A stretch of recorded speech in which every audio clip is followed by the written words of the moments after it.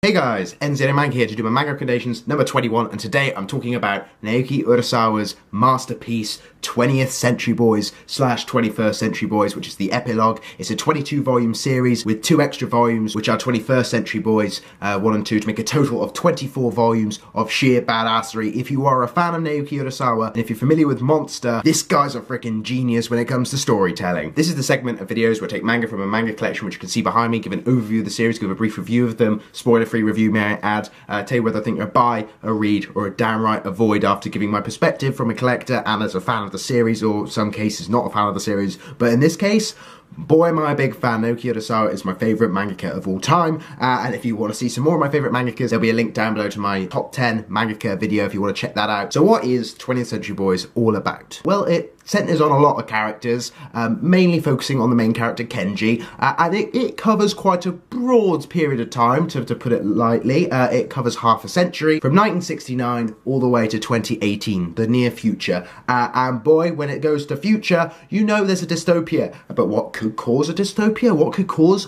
this weird cult, this friend, to take over the world and eliminate a lot of the population? The main premise of the story is you don't know what consequences your actions will have, no matter how insignificant they can drastically change the future. And boy does that happen, because let's just say a few child games, a prank, a stealing of a trinket, some shenanigans with the 1970 Expo in Osaka could have some far-reaching consequences, and boy do they, especially in the emergence of this friend and the cult that surrounds him, the murderous cult that plans to wipe out the world. As I said, it does span half a century, and in doing so you get to see something that not a lot of mangakas do, and that is you get to see the characters age at different points in their life. It is not like it solely focuses on Kenji, the main protagonist. It jumps to Kana, this young girl in the near future, Ocho, and all of them you see age as the story seamlessly jumps between timelines, and there's a ton of cultural references that really help with the immersion. And by the way, this friend guy, one of my favourite villains of all time. Naoki Urasawa really knows how to write his villains, as also seen with Johann Liebert in Monster, another one of his massively popular works. This is also a series which gives you massive twists and turns that you will never see coming. Just when you think you understand the series, it will completely blindside you with a new twist,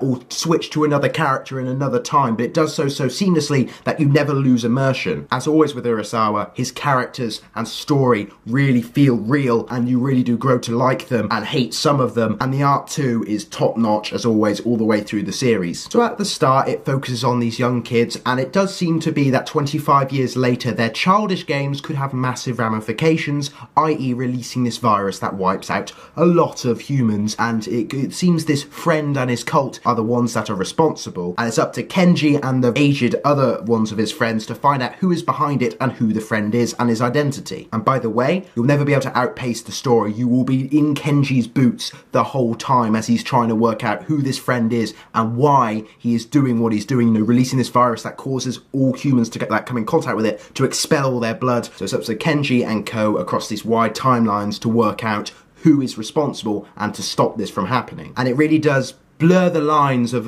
adulthood, childhood games and responsibility for one's actions and, the ramifications of the future. And boy, is it a big thriller. There are a lot of, situations where you're literally on the edge of your seat. And this is one of those series which I find really hard to review without giving away major spoilers. But rest assured, when it comes to the story, you're not likely to find anything better and more complex and more well written than 20th Century Boys or any other of Naoki Urasawa's masterpieces. And the big question is, has the children's games really ever ended? Is this friend locked in the past, or is he some other inner demon from his group of friends back in 1969? And not to say it doesn't get deep at times too. Kenji is a very complex character, and his development, he becomes a wise man as he ages, though a lot of his friends don't age well at all. The story did conclude well with the 22nd volume. However, I did feel the last 2 volumes, the 21st Century Boys epilogue, was necessary to get a full wrap-up of the story, and I did feel that it did wrap up all the loose ends which are to be expected with a story this complex,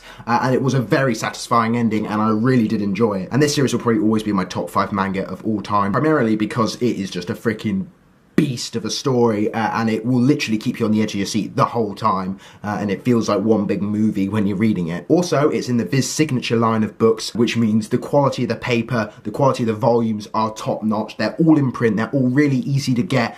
You pay a bit more than a standard volume, but not as much as like a Dark Horse manga volume. So now is definitely the time to get into 20th Century Boys and 21st Century Boys. Take it from me, this is a freaking boss of a series, one of my all-time favourite seinens from one of my favourite mangakas of all time. So from the moon landing to the near future, this story covers it all. And if you want a post-apocalyptic thriller that will keep you on the edge of your seat, you cannot beat 20th Century Boys for its freaking badass story. And I highly recommend you check it out. So as always guys, thanks for watching. Leave your thoughts down below. I'm sorry this review was kind of vague in places because I really did not want to spoil this for you. It is one to definitely try for yourself. I would not advise looking too much into any plot elements because there are some major spoilers pretty much from the first and second volumes, and the setup in these initial volumes really makes you think, holy crap, how did I miss this blaringly obvious clue, hint as to who the friend was and, you know, what his organisation was doing. Seriously, in your first read, you will be blown away, and it's definitely a series that probably would warrant a reread in a year or so, and then you would spot all the big hints in the early volumes because Urasawa just is so damn clever. He had the story all planned out right from the start. So yeah, leave your thoughts down below guys. I'm Enzo Manga reviewing 20th Century Boys. Tell me what you think of this series down below. I'm reading Monster at the minute. I'm reading the perfect edition to that. Once I get a few more of those volumes and complete that series, I'll probably do a manga recommendations for that as well. If you enjoy this series as much as me, tell me down below. Remember, no spoilers. This is a very story-driven manga, and we don't want to spoil it for any newcomers, and if you haven't already checked it out, I highly recommend you check out 20th Century Boys. You will be as hooked as I am, I guarantee it. As always, links over to my Facebook fan page, my new Twitter account, you can follow me on that, and of course my book depository affiliate link where you get cheap manga with free worldwide delivery, so it helps all the international viewers out, and it also helps me out as well because I get a commission for every sale through that link. So if you want to get some cheap manga with free delivery, click that link down there below. They've even got 20th Century Boys, so you can check that out as well. As does clicking adverts, that also helps me out as well. Like and favourite if you enjoy this, subscribe for more if you haven't already, and thanks for watching. Honestly guys, you guys rock, and I hope you enjoyed this review, and I hope you will enjoy 20th Century Boys, Naoki Urasawa's masterpiece, one of the best seinens I've ever read, and that's saying a lot. Have a great day. Toodles.